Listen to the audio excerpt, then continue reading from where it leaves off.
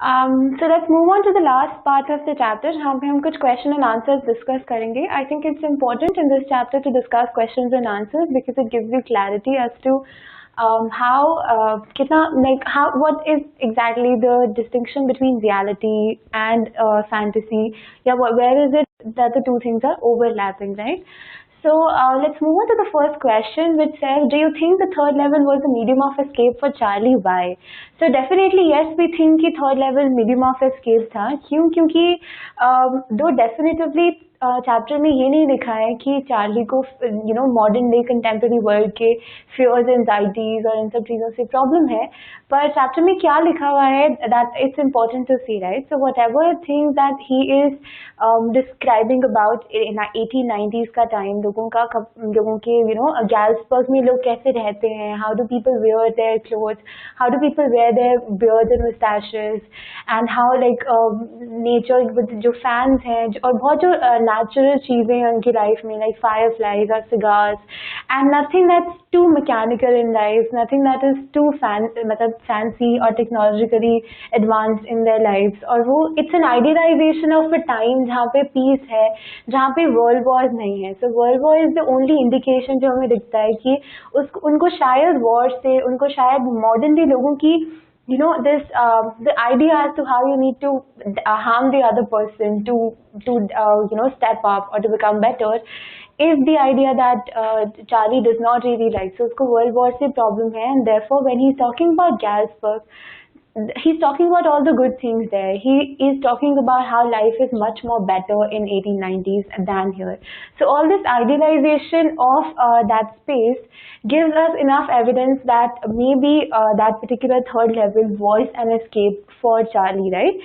Charlie के लिए वो escape इसलिए हो जाती है फिर क्योंकि वो third level के through ही अपने peaceful अब Gatsby के लिए 2 tickets खरीद सकता है. That's the only place where he can escape the current scenario, escape his real life and go to a life he really wants for himself.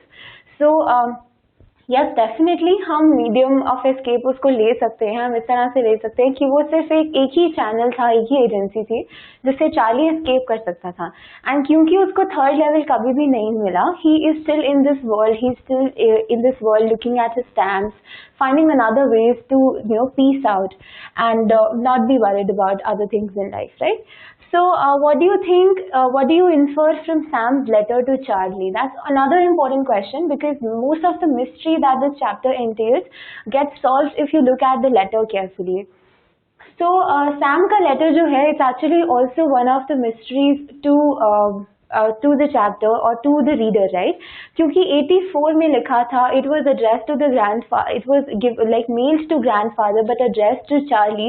Charlie wasn't even born at that time, so Charlie did not exist, so to say. So you can't write a letter to someone who is not in non-existence. This is reason enough, that's evidence enough for which we know that reality तो बिल्कुल नहीं है ये.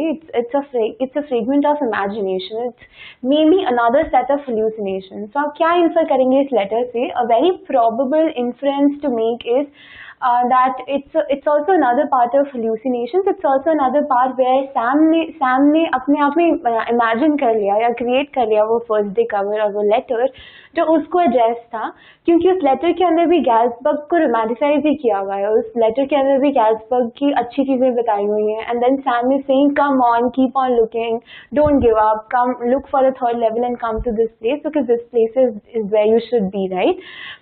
So this is also that Charlie maybe himself is imagining imagining a letter to himself from Sam, right? Which also leads to an idea that maybe Sam is also not a real person. Maybe Sam is also a part of his hallucinations, a part of his imagination, and therefore क्योंकि Sam भी real नहीं है, letter भी real नहीं है, ये सारी की सारी जो Sam वाली story है, maybe Charlie has imagined it or hallucinated it so that he gets a reason to look for third level further. जब उसको third level नहीं मिला, to back up himself, to increase his motivation to look for third level again, maybe maybe Charlie used this letter as as an instance of another hallucination so that he can go and look for third level again, and he does not give it up. So move on to the last question, that is, do you see an intersection of time and space in the story? And I think it's a very important question. And with this question, we'll conclude the chapter as well, right? So one of the very good things about the chapter is कि वो time और space के realities में से reality और imagination और hallucination की boundaries को transcend करता है, right? So बहुत सारे overlapping images हैं, चीजें जो कि real लग रही हैं but could be a part of hallucinations as well, right? For example, चीजें जो कि बहुत evidently hallucinatory हैं या imagined है, जैसे कि third level या लोग वहाँ कैसे कपड़े पहन रहे हैं, the world का एक issue, और चीजें जो शायद real भी हो सकती हैं लेकिन हमें पता है कि वो imagined है और इतना directly hallucinatory नहीं लगती हैं, such as letter जो कि सैम ने चार्ली को लिखा. So there is definitely an intersection of space and time, right? ये जैसे कि contemporary time के अंदर मतलब in 21st century what or 20th century what Charlie is getting is उसको एक 19th century का world का copy मिल रहा है, which is an object from another time and another space into this time and this space, right?